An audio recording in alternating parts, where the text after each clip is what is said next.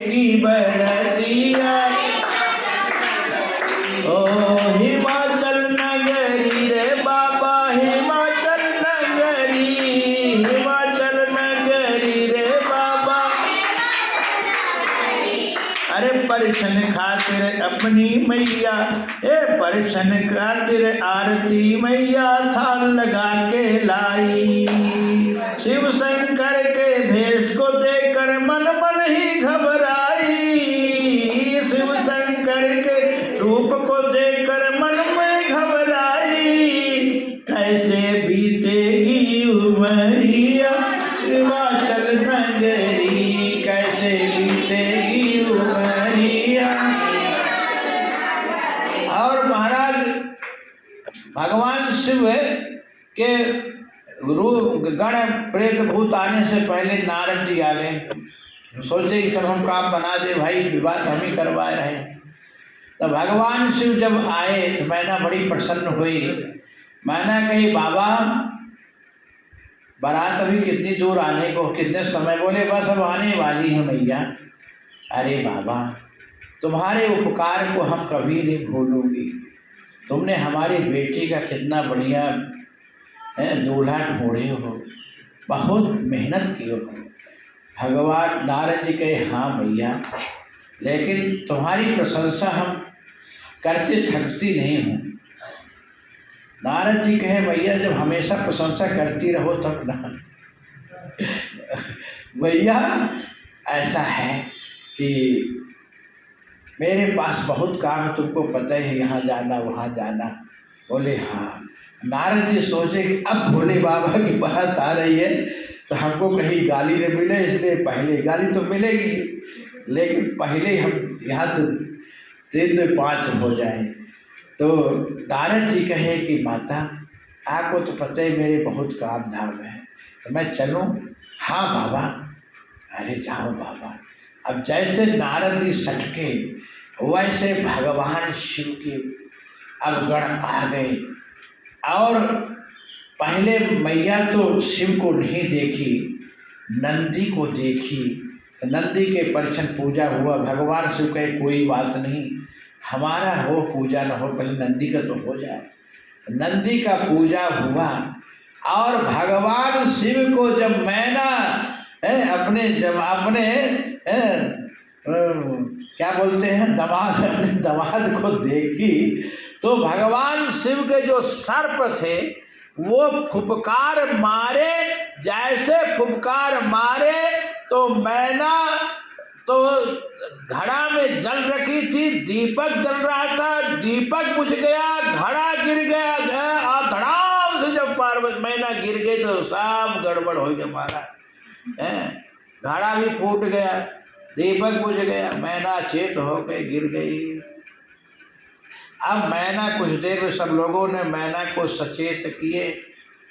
एक ने कहा कि भाई दीपक क्यों बुझ गया और घड़ा में जल था वो क्यों गिर गया? तो भगवान शिव के गण जो सर्प है वो सर्पों ने कहे कि जब हमारे भोले बाबा के ललाट पे स्वयं चंद्रमा शोभायमान है तो चंद्रमा के सामने दीपक दिखाने की क्या आवश्यकता है। इसलिए भगवान शिव के ये सर्प ने फुफकार मारे और दीपक बुझ गया। अच्छा दीपक बुझ गया तो घड़ा का जल क्यों गिर गया? घड़ा का जल इसलिए गिर गया कि भगवान शिव के सिर पर जब गंगा विराजमान है तो गंगा के सामने एक घड़ा जल दिखाने की क्या आवश्यकता है, इसलिए घड़ा जल गिर गया, घड़ा टूट गया। अब पार्वती ने नारद जी को शुरू कर दी गाली। पर घर घालक लाज न भीरा, बाँझ की जान प्रसव के पीरा। ये नारद बाबा न इसके घर न द्वार न शादी न ब्याह, हमारी इतनी सुंदर बेटी और ये बेटी को कहाँ से पर ढूंढ के लाया? बाबला पागला भूत प्रेत लपेटे संग और सर्प बिच्छू गोजर लपटाए। और मैना भागी और मैना के साथ में सब स्त्रियां भाग भाग के किवाड़ी बंद करके अंदर हो गई। अब भोले बाबा के गण नंदीश्वर कहते बाबा, बोले हाँ। बोले अब काहे को खड़े हो, काहे खड़े? हाँ, कितना सड़ा सड़ा अपमान हुआ। देखो, जो अपने घर में किवाड़ी बंद कर ले, बाहर खड़े रहे, आने का बहुत बड़ी बात करने की बहुत बड़ी बात, इससे बड़ा अपमान क्या होगा। भगवान शिव कहे अपमान, हमको तो कुछ पता नहीं अपमान क्या है क्या नहीं। भगवान विष्णु आए, बोले मैं कहा था भोले बाबा कि ये सब भूत प्रेत बेताल ये सर बिच्छू लेके न चलो, माने नहीं, आप विवाह नहीं होगा, चलो लौटो। भगवान शिव कहे देखो प्रभु, हम विवाह हमारा हो ना हो, हमको विवाह से मतलब नहीं है। हम अपने प्रेत भूत प्रेतों को, अपने गणों को अपने से अलग नहीं करेंगे। ये भूत प्रेत क्या है? ये भूत प्रेत हमारा विचार है। क्या अपने विचार को अलग अपने से कर सकते हो? जैसे आप अपने विचार को अलग नहीं कर सकते, ऐसे हम भी भूत प्रेत को अपने से अलग नहीं कर सकते। दूसरी बात, मैना को सोचना चाहिए, हम अपने सिर पर काल को, ये सर्प काल का प्रतीक है, मैं काल को सिर पे बांध के आया हूँ। मतलब अब मैं मैना की बेटी पार्वती का अचल सुहाग बांध करके आया हूँ। मैना को ये सोचना चाहिए, ऐसे भगवान शिव कहे। और भगवान शिव के गणों ने भगवान शिव को जनवासे में ले गए। अब जनवासे में बहुत बढ़िया व्यवस्था होगी, बारातियों को भोजन पानी। बाराती ने पहले संगोष्ठी करेंगे, बाबा तुम्हारा विवाह हो ना हो, पहले हम लोग भोजन करेंगे।